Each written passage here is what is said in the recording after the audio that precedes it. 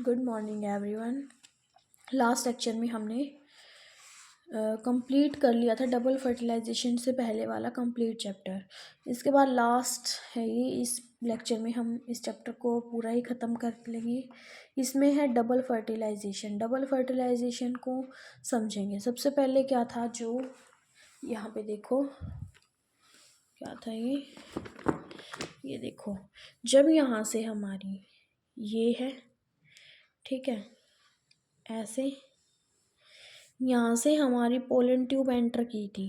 Pollen tube के बाद यहाँ पे सिनर्जिड्स प्रेजेंट थी, दोनों फिलीफॉर्म अपैरेटस, यहाँ पे एग सेल, ठीक है, सेंटर में पोलर न्यूक्लियाई, और ऊपर थी 3 एंटीपोडल सेल्स। ये था एक ओव्यूल के अंदर का स्ट्रक्चर, ऐसे था हमारा, ठीक है, ऐसे होता है। इसके अंदर से यहाँ से हमारी पोलन ट्यूब एंटर करेगी। पोलन ट्यूब के एंटर करने के बाद pollen tube releases the 2 male gamete. Pollen tube यहाँ से क्या करेगी, जो इसके अंदर 2 मेल गैमेट्स थे वो कहाँ पे रिलीज कर देगी, in the cytoplasm of synergids, यहाँ पे चले जाएंगे, ठीक है।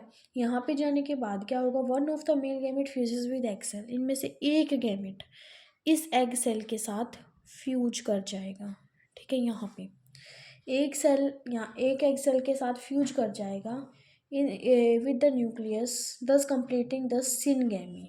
इस प्रोसेस को क्या बोलते हैं, सिनगैमी बोलते हैं। This result in the formation of diploid cell. जब ये एक मेल गैमेट इस के साथ फ्यूज कर जाएगा तो क्या बना लेगा, जायगोट। जायगोट का क्या नेचर होता है, 2n, डिप्लॉयड होता है, ठीक है। इसके बाद क्या रखा है कि जो अदर एक मेल गैमेट बचा था, अब यहाँ से ये जो एक मेल गैमेट है अब ये फ्यूज़ करेगा। ये एक मेल गैमेट किसके साथ फ्यूज़ करेगा, one of the fuses with, move करेगा 2 पोलर न्यूक्लियाई की तरफ, इनकी तरफ मूव करेगा और फ्यूज़ कर जाएगा इनसे, इन 2 पोलर न्यूक्लियाई से ये दूसरा मेल गैमेट फ्यूज़ कर जाएगा। इसको बोलते हैं हम ट्रिप्लॉयड प्राइमरी एंडोस्पर्म न्यूक्लियस। तो यहाँ पे 3 बन जाएंगे, एक ये आ जाएगा। इन तीनों को क्या बोलते हैं हम, triploid primary endosperm nucleus, PEN। ये भी पूछा जाता है नीट के पेपर में। As in this involves the fusion of 3 haploid nuclei. तो इसमें क्या होते हैं, 3 हैप्लॉइड न्यूक्लियाई फ्यूज होते हैं, तो इसको क्या बोलते हैं हम, ट्रिपल फ्यूजन, ठीक है, ट्रिपल फ्यूजन भी बोलते हैं। सिंस 2 टाइप्स ऑफ फ्यूजन होते हैं, सिनगैमी और ट्रिपल फ्यूजन। एक सिनगैमी हुई थी, दूसरा क्या हुआ, ट्रिपल फ्यूजन हुआ। इसके बाद है सिंस ट्रिपल फ्यूजन, इसमें क्या होती है, 2 प्रोसेस होती हैं, एक ये होती है और एक सिनगैमी से जाइगोट बनता है, इसलिए 2 फर्टिलाइजेशन होती हैं, इसीलिए इसको हम बोलते हैं डबल फर्टिलाइजेशन, ठीक है। ट्रिपल फ्यूजन से क्या बना था, PEC, प्राइमरी एंडोस्पर्म सेल बन गई थी। और डेवलप जो ये PEN है, ये क्या करेगा, इस जो जाइगोट है डीनेचर होके इस जाइगोट को न्यूट्रिशन प्रोवाइड करेगा डेवलप होने के लिए, ठीक है। इसमें NCERT में डायग्राम बना रखे हैं, स्टेजेस दिखाई हुई है क्या क्या होती हैं। ये रहा डीजनरेट सिनर्जिड हो रही हैं, ये PEN है, और यहाँ पे एंटीपोडल सेल्स हैं। नेक्स्ट इसकी शेप है, ग्लोबुलर शेप होती है, हर्ट शेप बोलते हैं इसको, जब ये ऐसे नीचे सेल्स डिवाइड कर जाती हैं। इसके बाद कोटिलेडन्स बन जाते हैं, ऐसे लंबे लंबे रेडिकल शेप, ये प्लूम्यूल मैच्योर स्टेज हो जाती हैं, ठीक है, जाइगोट की। नेक्स्ट है पोस्ट फर्टिलाइजेशन इवेंट्स, यानी कि स्ट्रक्चर और इवेंट्स। पोस्ट फर्टिलाइजेशन पढ़ते हैं, ये रहा।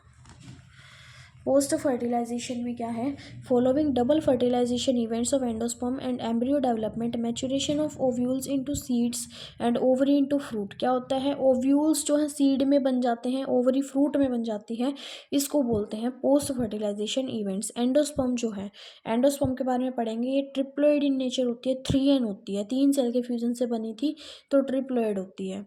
जो एंडोस्पर्म डेवलपमेंट है, इसी से आगे क्या होता है, ये प्रोसीड करती है एम्ब्रियो डेवलपमेंट को, ठीक है। इसके बाद यहाँ पे बता रखा है एंडोस्पर्म टिश्यू, ये रहा, ट्रिप्लॉइड एंडोस्पर्म टिश्यू भी बोलते हैं उसको। और ये रहा this the cells of the this tissue are filled with, जो एंडोस्पर्म टिश्यू के सेल्स है वो किससे फ्यूज होते हैं, रिजर्व फूड मटेरियल से फ्यूज होते हैं वो, ठीक है, वो रिजर्व फूड मटेरियल से फिल होते हैं और यूज़ किए जाते हैं जो एम्ब्रियो डेवलप हो रहा है उसके लिए। यही बताया था मैंने, एंडोस्पर्म क्या करती है, जो हमारा जायगोट या फिर एम्ब्रियो डेवलप हो रहा है उसको डेवलप होने के लिए न्यूट्रिशन प्रोवाइड करती है, ठीक है। इसमें एक एग्जांपल भी दिया होगा कोकोनट का। ये इसका स्ट्रक्चर है, प्ल्यूम्यूल है, दो कोटिलेडन्स, हैप्पिकोटाइल्स, रेडिकल और लास्ट में रूट कैप प्रेजेंट है, ठीक है। कोकोनट का एग्जांपल दिया हुआ है कि जो उसमें एक कोकोनट के अंदर हम जब उसको फोड़ते हैं, ठीक है, नवरात्रों वगैरह में हम देखते हैं कि मतलब कि जब फोड़ते हैं उसको तो उसके अंदर से पानी निकलता है, होता है पानी जो होता है उसका, वो उसकी एंडोस्पर्म होती है, ठीक है। और जो उसका सॉलिड पार्ट होता है, वाइट कर्नल होता है, वो उसका डेवलपिंग पार्ट होता है, ठीक है। ये है इसमें एग्जांपल। इसके बाद एम्ब्रियो, एम्ब्रियो में क्या होता है, ये माइक्रोपाइलर एंड पे डेवलप करता है। स्टेजेस ऑफ एम्ब्रियो दिखाई थी मैंने अभी, globular, heart shape, mature embryo, कैसे कोटिलिडन्स डेवलप हो रहे थे ये, जैसे कि कोटिलिडन्स, लास्ट में मैच्योर स्टेज ये आ जाती है।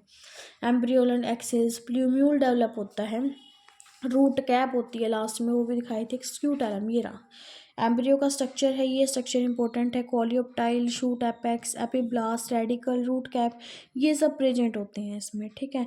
नेक्स्ट आ जाता है हमारे पास कोलियोराइजा भी प्रेजेंट होता है, कोलियोप्टाइल भी, फोलियर स्ट्रक्चर होता है, एक एनक्लोज्ड प्राइमोडियम, ठीक है। ऐसा सीड के बारे में पढ़ेंगे। एंजियोस्पर्म में जो सीड है वो फाइनल प्रोडक्ट होता है सेक्सुअल रिप्रोडक्शन का।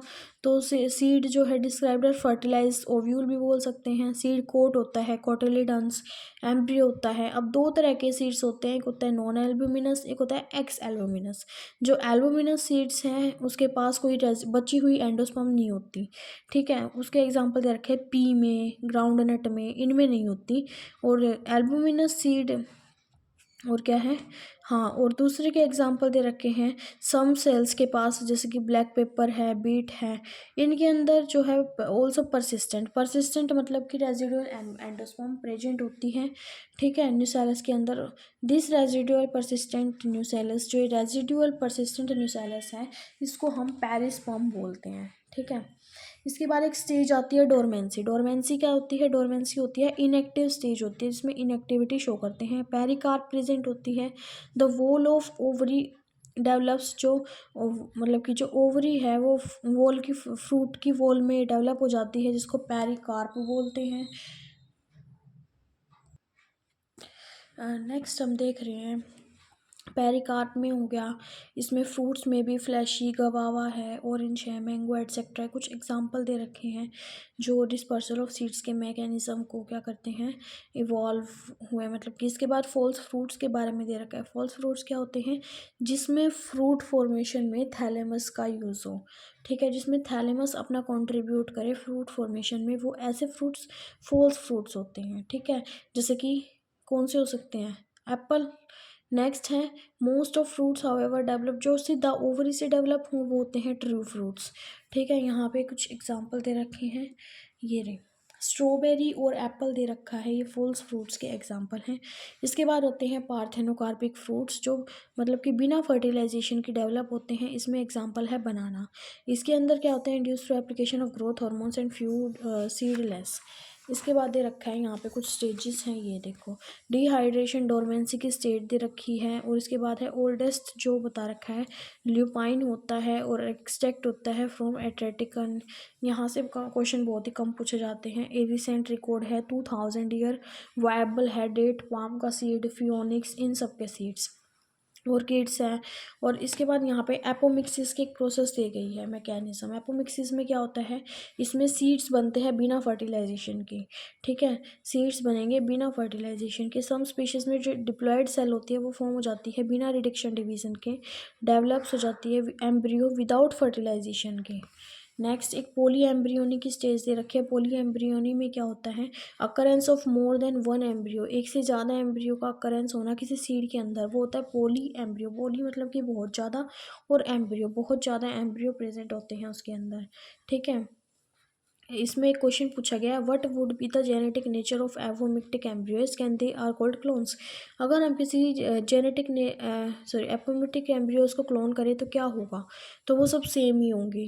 ठीक है, नेक्स्ट बता रखा है हाइब्रिड्स का अगर हम यूज़ करें made into apomixis, there is no segregation of characteristics in the hybrid progeny. यही है कि सब सेम होंगे, कोई भी सिग्रेशन नहीं होगा। Because of the importance of apomixis in hybrid seed industry, active research is going on many laboratories around the world to understand the genetic of apomixis and to transfer apomitic genes into hybrid varieties। और जो एपोमिटिक jeans है उसको hybrid varieties के अंदर transfer करते हैं। यहाँ यहाँ पे ही लेक्चर ख़त्म होता है। Thank you. आई होप समझ आया होगा आप सब।